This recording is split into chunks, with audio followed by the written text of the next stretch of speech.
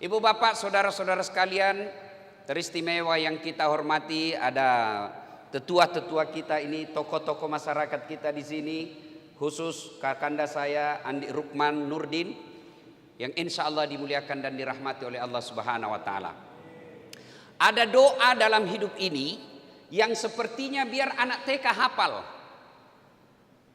Dan kita Pak ini semua hafal, meskipun tutup mata baru bangun, doa itu pasti kita hafal. Ada yang tahu doa apa itu? Doa sapu jagat. Ada yang tahu redaksinya doa sapu jagat? Ada? Saya kasih hadiah. Ayo siapa? Siapa yang hafal doa sapu jagat? Ayo. Ah, ini bapak sini pak. Sini pak. Sini pak. Sini. Doa sapu jagat pak. Gimana bunyinya?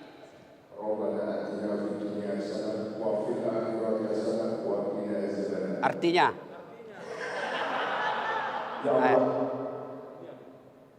Rabbana, ya Allah. Rabbana. Apa lagi?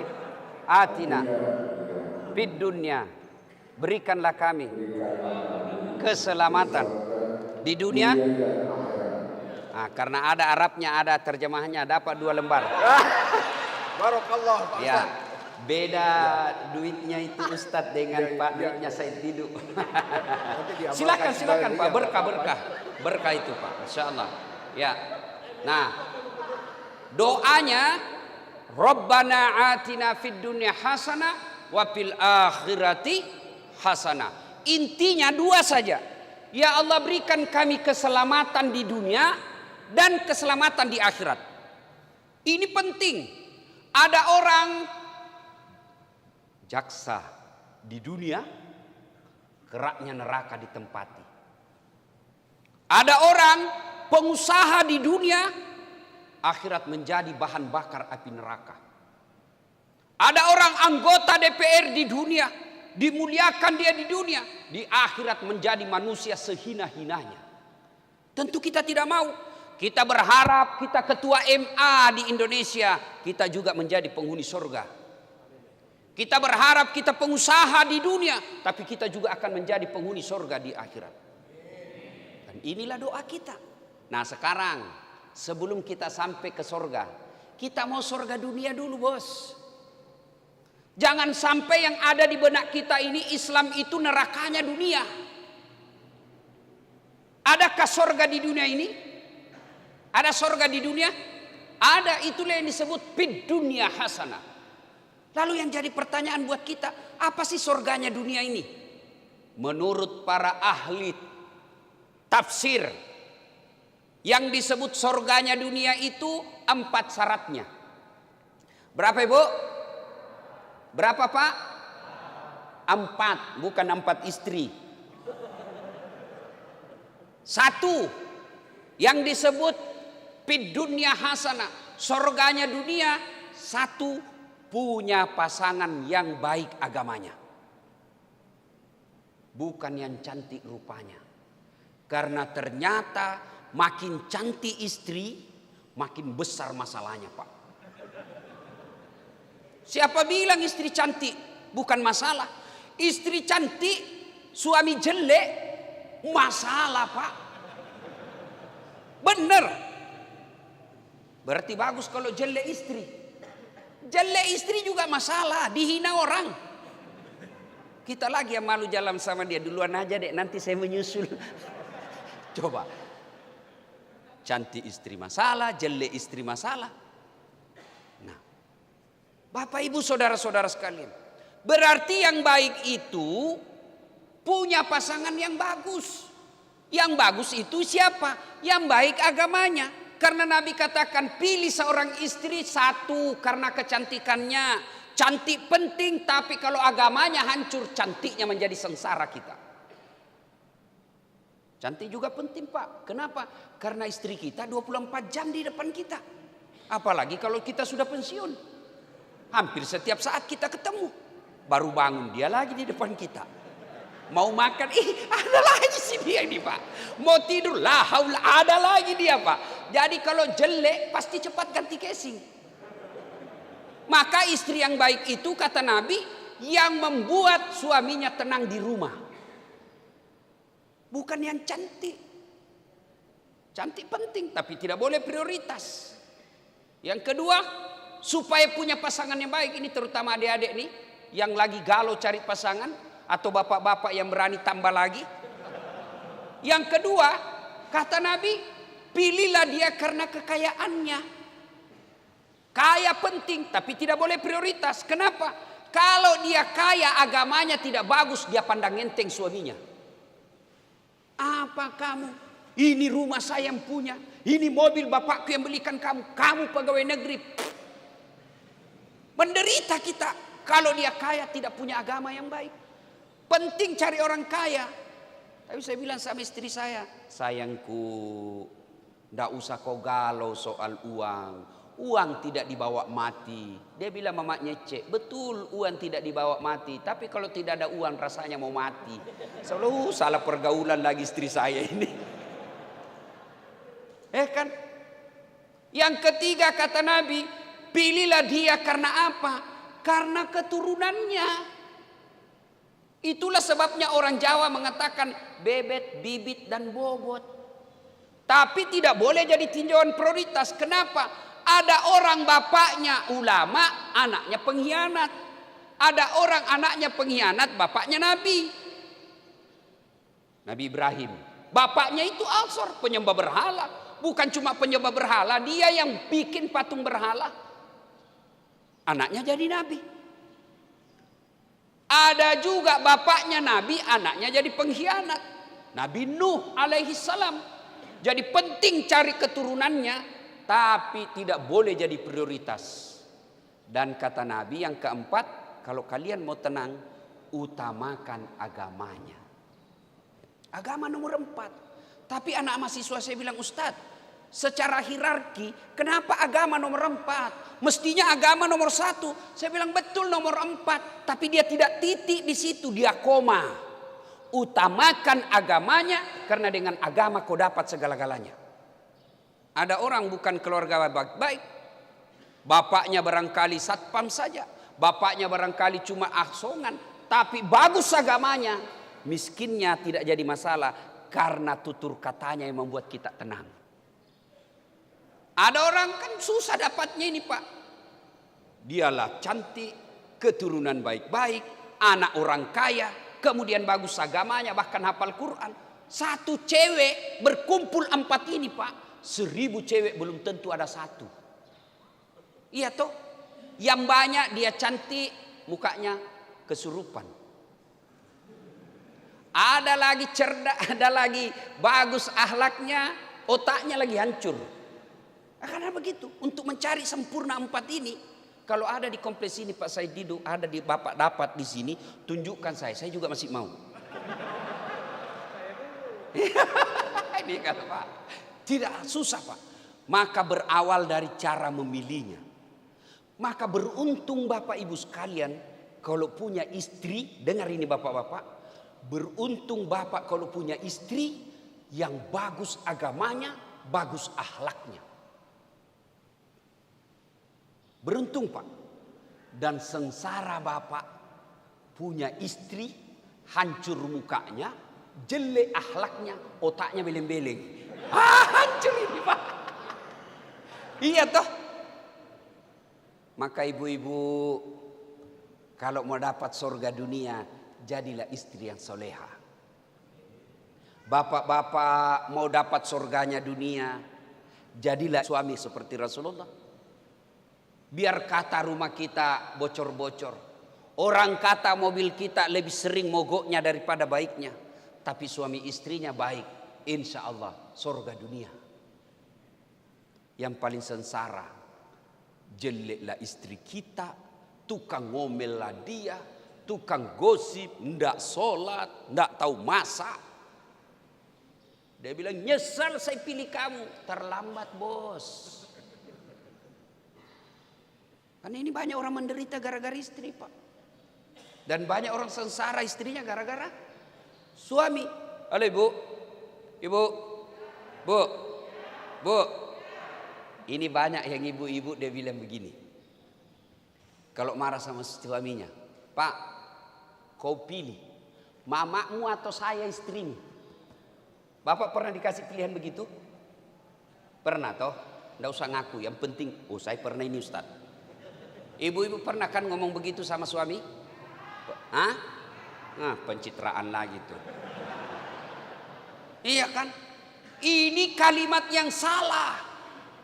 Bu, Bu, Ibu, coba lihat ini suaminya Ibu. Dari kandungannya dari mana? Dikandung di mana Ibu? Di mana? Ibunya. Siapa yang susui? Waktu kecil, bukan waktu dewasa. Siapa? Ibunya. Siapa yang ngajarin bicara? Ibunya. Siapa yang ngajari jalan? Siapa yang sekolahkan? Ibunya. Nah sekarang siapa yang terima gajinya? Woi, jawab ini Bu. Siapa? Ini kamu. Ayo. Siapa yang nikmati rumahnya yang mewah? Istrinya. Maka demi Allah, ketika istri durhaka sama suaminya, demi Allah Nabi jelaskan, jangankan kau masuk surga, baunya surga diharamkan bagimu. Gimana ceritanya dia mau bandingkan dengan ibu kita? Kita dari rahim ibu, disusui ibu kita. Masih ingat waktu ibu menyusui? Masih? Masih ingat ibu? Apalagi ketika usianya 7 bulan. Nak, kau gigit saya nak. Coba. Diajarinya ibu kita bertutur kata yang baik. Diajarinya kita jalan. Diajarinya kita hak batil. Lalu setelah kita dewasa, mapan punya gaji, siapa yang kita bikinkan rumah? Istri. Saya tidak yakin rumahnya yang diberikan Pak Hatta Ali kepada ibu bapaknya lebih hebat daripada rumah beliau. Tidak mungkin. Saya jarang sekali melihat anak rumah orang tuanya lebih cantik daripada rumahnya sendiri. Padahal ibunya yang besarkan dia. Siapa yang nikmati gajinya? Istrinya. Maka jangan pernah berkata kau pilih ibumu atau saya istrimu. Dongo itu. Dia ketawa, saya serius. Paham? Paham ibu? Makanya jangan pernah mengkhianati suami. Maka alangkah bahagianya kita seorang suami. Begitu pulang kita kerja disambut oleh istri. Assalamualaikum kakandaku Arjunaku. Disambutlah suaminya. Waalaikumsalam adindaku Sri Kandiku. Dia bilang istrinya, Masya Allah suamiku gagah betul hari ini. Dia bilang suaminya, berarti saya jelek kemarin. Ini juga suami yang tidak tahu disanjung. Begitu suaminya pulang, istrinya sudah cantik menyambutnya. Datang suaminya, dia tahu dimarahi tadi sama kepala dinasnya, dimarahi tadi sama manajernya. Datanglah suaminya, lalu dia duduk, dipeluklah suaminya sambil dikasih semangat. Bang, memang beginilah hidup. Namanya anak buah, wajarlah manajer marah. Masa abang yang mau marah sama manajer? Dipecat bang. Itu istri yang baik. Contoh ketika Rasulullah pulang dari menerima wahyu dari Gua Hira, beliau kan menggigil. Ya Khadijah, saya tidak tahu saya kenapa ini. Saya menggigil. Tolong selimuti saya. Apakah Khadijah banyak tanya? 3 hari 3 malam tidak pulang. Pulang-pulang kedinginan minta diselimuti. Ibu mampu tidak lakukan itu? 3 hari 3 malam suami tidak pulang. Di WhatsApp tidak dijawab. Di telepon di reject. Tiba-tiba dia pulang, Bu selimuti saya. Ibu selimuti suami. Diinterogasi, Pak. Kau dari mana kau?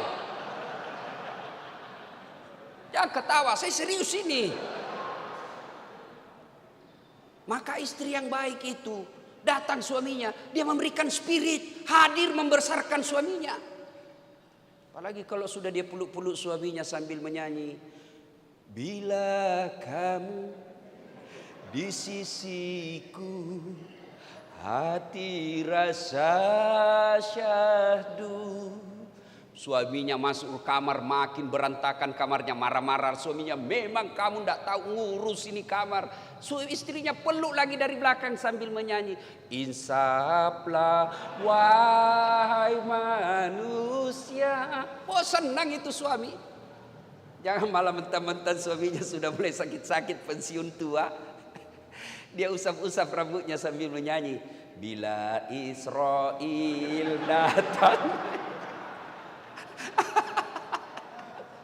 Masya Allah. Pak, surga dunia kan kalau kita punya istri yang enak dipandang, tutur katanya lembut, dia muliakan suaminya, suaminya stres hadir istrinya. Dan demi Allah, ini rahasia laki-laki, Bu. Oi Bu, Bu, ini rahasia laki-laki. Jangan sampaikan kepada mereka yang tidak hadir ya. Ini kita rahasia bersama. Bapak pasti sepakat, kita laki-laki tidak mungkin mengkhianati istri kalau dia hormat sama suaminya. Oh saya Pak, Bapak kira jadi ustadz gampang? Banyak godaan Pak. Pura-pura curhat janda-janda. Ustadz saya ada masalah Ustadz. Ujung-ujungnya bolehkah ketemu Ustadz? Saya bilang saya carikan Ustadz. Saya mau Ustadz. Saya punya istri. Dia bilang tidak apa-apa. Tidak resmi pun tidak apa-apa Ustadz. Coba. Tapi apa? Semakin baik istri saya bilang. Dalam hati saya. Tidak mungkin. Istri saya hafal Quran. Masih muda. Cantik pula. Sopan pula. Tidak mungkin. Tapi coba kalau suka ngomel. Tidak pernah cantik. Kita pulang daster tinggi sebelah. Kelihatan tali BH, penuh bedak di sini, nonton angka ketek. Bagaimana kita tidak serangan jantung? Nah, coba, begitu juga kita punya suami. Bapak-bapak, masih ingat waktu menikah? Masih ingat waktu menikah? Masih ingat? Masih? Apa yang Bapak ucapkan ketika dinikahkan? Saudara Dasat Latif, saya nikahkan engkau dengan anak gadisku Naura Sidkia Nasrun dengan mahar tunai karena Allah. Bukan tunai karena ketua MA, tunai karena menteri agama, tidak, tunai karena apa? Karena Allah. Masih ingat istri waktu dinikahi Pak? Bapak-bapak masih ingat? Masih? Ada telinganya? 2. Hidung lubangnya? Lengkap. Coba. Mata lengkap. Original semua Pak. Bapak ready terima jadi. Tidak perlu lagi diajar bicara. Tidak perlu lagi diajar jalan. Bahkan dia sudah sarjana. Cantik pula. Bapak ambil anaknya orang untuk dihalalkan 24 jam. Lalu Bapak sengsarakan. Lalu Bapak hina. Gimana Bapak mau mencari nafkah dengan berkah? Coba lihat itu. Dari siapa mereka istri kita? Dari rahim ibunya. Siapa yang sekolahkan dan didik dia? Ibu bapaknya. Lalu setelah menikah siapa yang diikuti? Siapa yang diikuti? Suaminya. Lalu berkhianat bapak kepada istri. Demi Allah bapak bukan orang baik kata Nabi. Bukanlah bagian dari umatku suami yang tidak tahu memuliakan istrinya. Bapak muliakan istri. Kalau dia ngomel Ustaz, ngomel, itu normal. Kalau ada istri di rumah tidak suka ngomel, abnormal.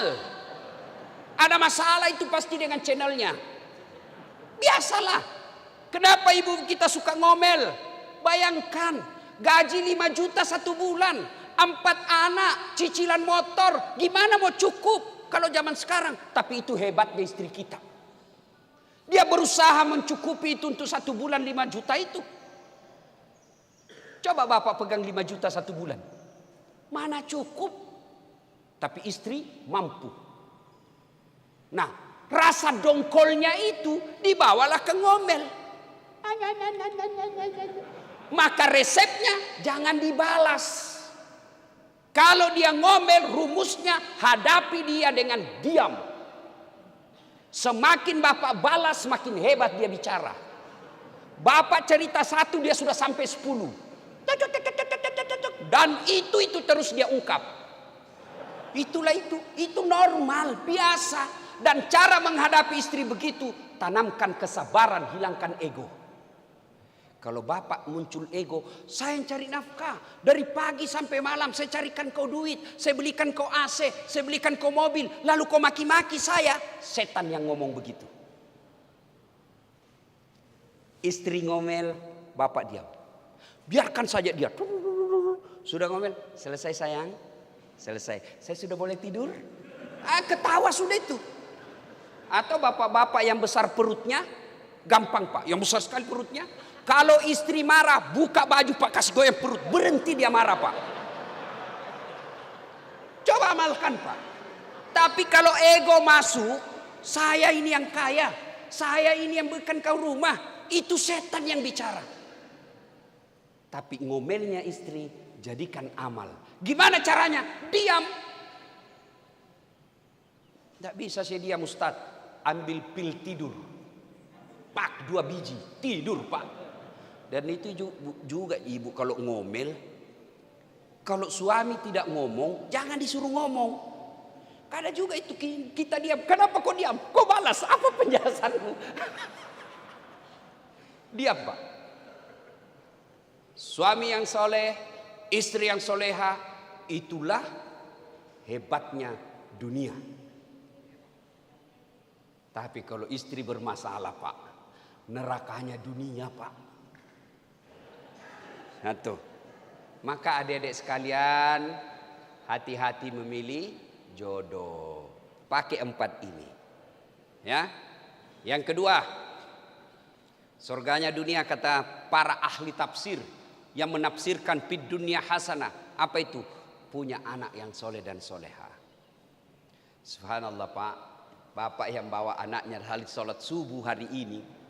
Top Bapak. Hebat. Bagaimana cara punya anak yang soleh dan soleha? 1, menurut Al-Quran. Surah Luqman. Ya bunayya, wahai anakku, la tusyrik billah. Jangan kau mensyirikatkan Allah.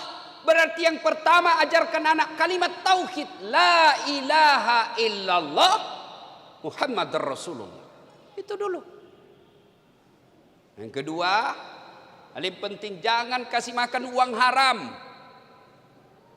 Coba lihat orang tua yang menghalalkan segala cara cari nafkah. Lihat anak-anaknya. Lihat anak-anaknya. Pak, ada 3 kewajiban orang tua kepada anak. Ada yang tahu? Saya kasih hadiah. 3 kewajiban orang tua kepada anak. Ada yang tahu? Ayo, 1. Ada hadiahnya. Sini Pak, sini cepat-cepat. Ini Pak, cepat-cepat. Matahari sudah terang. Ayo cepat Pak, cepat sedikit. Kewajiban ini Pak. Kewajiban orang tua kepada anak. 1. Kewajiban orang tua terhadap yang pertama yaitu menikahkan, mendidik anak dulu. Langsung menikah. Yang pertama apa dulu Pak? Kalau yang laki-laki apa namanya? Terlalu lama waktu. Sudah hadiahnya. Terima kasih. Terima kasih. 1. Lahir kasih nama yang baik. Itu dulu. Nama yang baik bukan nama-nama artis. Nama yang baik bukan nama selebritis. Nama yang baik, nama yang ada doa dan harapan di dalamnya. Saya kasih kau nama nak Khalid. Khalid ini salah satu sahabat, Khalid bin Walid, yang awalnya berperang dengan Nabi. Setelah masuk Islam, hidupnya habis untuk membela agama Allah. Saya mau kau seperti itu. Itu nama. 2 kata Nabi, kewajiban orang tua setelah kasih nama yang baik adalah berikan makan. Cari makannya halalan thayyiban wasi'an. Halal baik banyak. Yang ketiga, didik. Dari 3 kewajiban orang tua kepada anak ini, kita terlalu sibuk cari makannya, terlalu sibuk beri makannya, lupa didiknya. Padahal yang paling susah bukan cari makan. Kenapa? Tidak ada anak di komplek ini mati kelaparan. Ada yang mati kelaparan di kompleknya Bapak? Tidak ada. Yang mati narkoba mungkin ada. Mati tabrakan mungkin ada. Mati tawuran mungkin ada. Berarti yang sulit bukan cari makannya, tapi yang sulit mendidiknya. Ibu-ibu, tahu cicak? Tahu cicak? Bapak-bapak tahu cicak? Apa dia makan cicak? Apa? Nyamuk. Masuk akal enggak? Cicak cuma di dinding. Nyamuk terbang. Gimana caranya mau ketemu? Enggak ada terminalnya. Tapi Allah Maha Kaya. Dengar lagu kita waktu kecil. Ini lagu-lagu kita waktu kecil kan enak. Cicak-cicak di dinding, diam-diam merayap. Diam-diam merayap. Datang seekor nyamuk. Nyamuk yang datang. Tidak dikatakan nyamuk, cicak lompat ke nyamuk. Patah-patah kasihan cicak Pak. Tapi nyamuk yang masuk, Allah perintahkan, nyamuk masuk kau di mulutnya ini. Itu lagu-lagu dulu Pak, memang ada nasihatnya. Kita waktu muda dulu kita lagu-lagu kita kan enak Pak, lagu paling Romai Rama. Mengapa minuman itu haram? Karena merusak kepikiran. Mengapa berzina juga haram? Karena itu cara binatang. Mengapa semua yang asik-asik itu diharamkan? Mengapa semua yang enak-enak juga diharamkan? Jawabannya itulah perangkap setan, umpannya ialah bermacam-macam kesenangan. Kalau lagunya anak-anak sekarang di TikTok apa? Putar ke kiri nona, putarlah ke kanan, apa itu putar kiri kanan ke beleng-beleng. Yang kedua, punya anak yang soleh dan soleha. Yang ketiga, karena waktu terbatas. Yang ketiga, punya harta yang bermanfaat. Bukan harta yang banyak. Alhamdulillah. Satu saudara kita menghadirkan masjid. Inilah yang disebut harta manfaat. Pak Haji, deposito bapak meninggal siapa yang punya? Anak. Iya kalau anak kita baik. Anak kita baik tapi takut sama istrinya. Susah Pak. Dia mau nyumbang. Bikinkan bapak dulu. Bapakmu terus. Dia bilang sudahlah kalau begitu ngamuk lagi kau. Sudah takut sama istrinya. Ada takut sama istrinya di sini? Ada? Berhenti kau jadi laki-laki. Ngamuk Ustaz. Dia pecahkan piring. Pecahkan juga.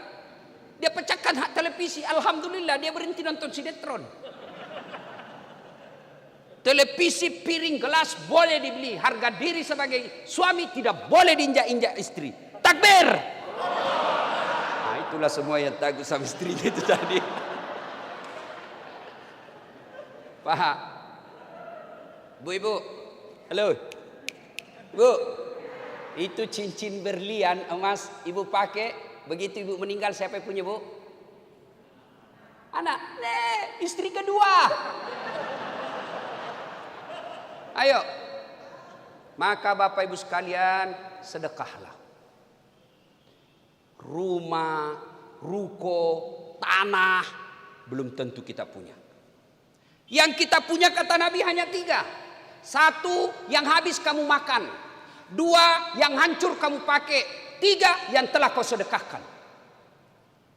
Maka kalau bapak lihat sepatunya Ustadz sudah mulai hancur-hancur, kasihlah itu Ustadz karena dia akan keliling-keliling Pak.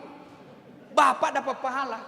Saya bilang sama Pak Andi Rukman, "Woi, jauh-jauh ini sepatuku ini." Kan beliau kasih saya sepatu. Sudah jauh-jauh ini sepatuku, sampai lagi ke Irian, sampai lagi ke Sumatera. Dia bilang sudah mulai jelek itu Ustadz, saya gantikan lagi. Dan diganti lebih bagus lagi. Tinggal saya tunggu dari Pak Said Didu. Yang ketawa saya serius ini Pak. Mbak, saya enggak usah kasih saya jas, enggak saya pakai. Enggak usah saya kasih dasi kupu-kupu, kapan saya pakai. Tapi takmir masjid, pengurus masjid, kasih dia sarung tiap hari dia pakai. Maka sedekahkan, dan demi Allah tidak ada orang bangkrut kalau dia bangun masjid. Tanya beliau. Ada orang bangkrut di sini gara-gara bangun masjid. Pak Ustadz, itu rumah di sudut yang besar kaya sekali dulu itu Ustadz. Cuma karena dia bangun masjid jadi bangkrut. Ada? Yang bangkrut gara-gara selingkuh. Pelakor. Sekarang lagi musim pelakor Pak. Saya sudah catat di status saya di Facebook, siap dilakor. Nggak ada yang lakor saya Pak. Supaya istri saya percaya bahwa ini betul suami saya ini tidak ada macam-macam. Kalau sembunyi-sembunyi bahaya itu Pak. Saya terang-terangan siap dilakor. Tidak ada yang mau. Dia bilang masuk neraka aja ceritanya Pak Ustadz kalau ini Pak. Ayo Bapak Ibu saudara-saudara sekalian, sedekahlah. Bangun masjid, mari bersedekah. Allah sediakan lahan. Yang punya duit sedekah dengan duitnya. Yang punya kekuasaan sedekah dengan kekuasaannya. Yang punya ilmu sedekah dengan ilmu gambar-gambarnya. Yang punya tenaga sedekah dengan tenaganya.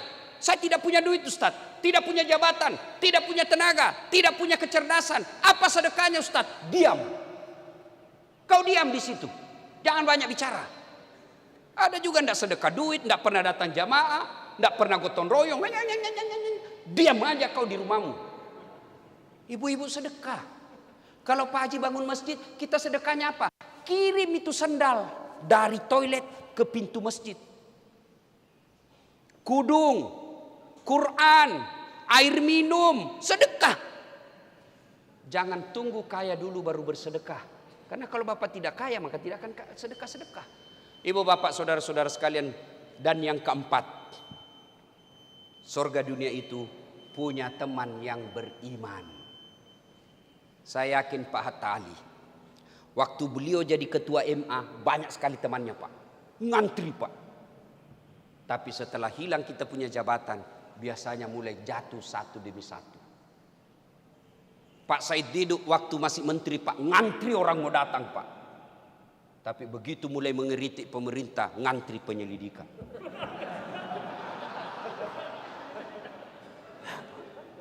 Maka yang baik, teman itu bukan karena kejayaan, bukan karena jabatan, bukan karena kekuasaan, tapi mereka bertemu dan berpisah bersahabat karena Allah. Itu. Dan orang yang bersahabat karena Allah, maka dia nanti menjadi salah satu 7 penghuni yang dilindungi di padang mahsyar. Maka adik-adik sekalian, kalau kalian mau selamat, cari teman yang baik. Dia bilang Umar Ramah, mencari teman memang mudah apabila untuk teman suka. Mencari teman tidak mudah apabila untuk teman duka. Cari teman di meja makan, gampang. Teman dengan penguasa, gampang Pak, banyak itu Pak. Tapi menjadi temannya ulama, oh biasa susah. Dan orang yang bersahabat dengan ulama Pak, insya Allah hidupnya akan baik. Contoh, kalau saya jalan sama Pak Andi Rukman, begitu masuk waktu sholat, saya akan berkata, Pak Andi, tabe, asar mini, kita cari masjid dulu berjamaah. Tidak mungkin kalau saya jalan, Pak Andi, di mana tempat karaoke yang banyak? Tidak mungkin Pak. Iya toh, pasti Pak Andi bilang, Ustaz kajili-jili. Nah ibu bapak saudara-saudara sekalian, mudah-mudahan 4 ini menjadi inspirasi baru buat kita mengejar keempat-empatnya. Insya Allah dengan keyakinan dan optimis kita bisa mendapatkan semuanya. Kalau tidak dan terhalalai selama ini, wala tai'asu mir rauhillah, jangan kau putus asa, masih ada kesempatan untuk memperbaiki kesalahan-kesalahan kita. Semoga ada manfaat, lebih dan kurangnya mohon dimaafkan. Nun wal kalami misrun, billahi fi sabilil haq. Assalamualaikum warahmatullahi wabarakatuh.